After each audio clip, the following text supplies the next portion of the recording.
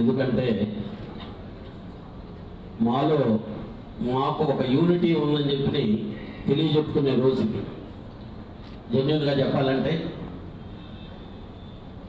అసలు మా మీద క్లిప్పింగ్స్ లేకపోతే ఏయో టీవీలో రావడంతోనే మాలో వాళ్ళ పక్కన వాళ్ళకి మెసేజ్లు పంపుకొని ఉంటారు.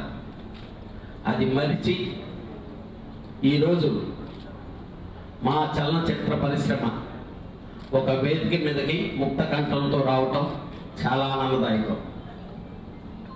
సార్ ఇందాక మా లక్ష్మి చెప్పినట్టు, లేకపోతే గోపాలకృష్ణ అన్న చెప్పారు,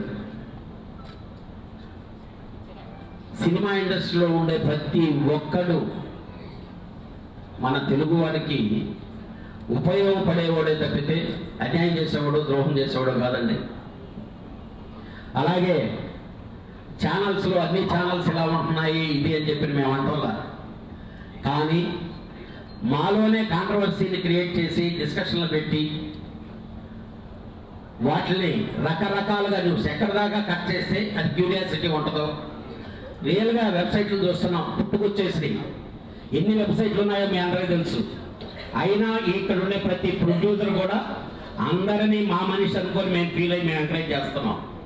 కానీ మా సినిమాల గురించి కానీ మా ఆడపిల్లలు నిజంగా బాధాకరమైంది. సినిమా ఇండస్ట్రీలో ఉండే ఆడవాళ్ళ కంటే గొప్పవాళ్ళు ఎవరైనా ఉన్నారా సార్?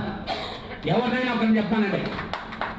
సెంటిమెంట్స్, వాళ్ళలో ఉండే సెంటిమెంట్ ఎవరిలో ఉండదు, వాళ్ళలో ఉండే కమిట్మెంట్ ఎవరిలో ఉండదు. దయచేసి మా రిక్వెస్ట్ ఒకటే సార్, మిమ్మల్ని ఎవరినో నిందించడం కాదు, తప్పు చేసిన వాడిని మీ దరిదాపులకు కూడా రానివద్దు.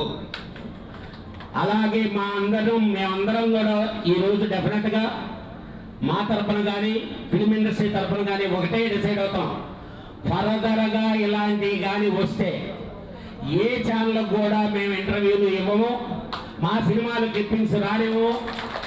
మా మౌన పోరాటం అని చెప్పారు, అదే మౌన పోరాటంతో ఇవన్నీ లేకపోతే ఈ ఛానల్స్ ఎవరు చూడరు సార్.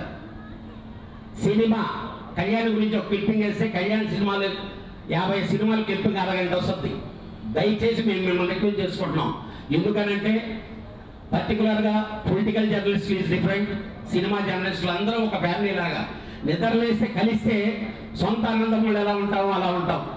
దయచేసి అలా కానీ ఎక్కడైనా మీ ఛానల్లో ఎవడో ఒకటి ఇలాంటి తప్పు చేస్తుంటే మాత్రం వాడిని చెప్పుతో కొట్టడం తప్పితే ఎంకరేజ్ చేయొద్దని చెప్పి మిమ్మల్ని సభాముఖంగా కోరుకుంటున్నాను. Thank you.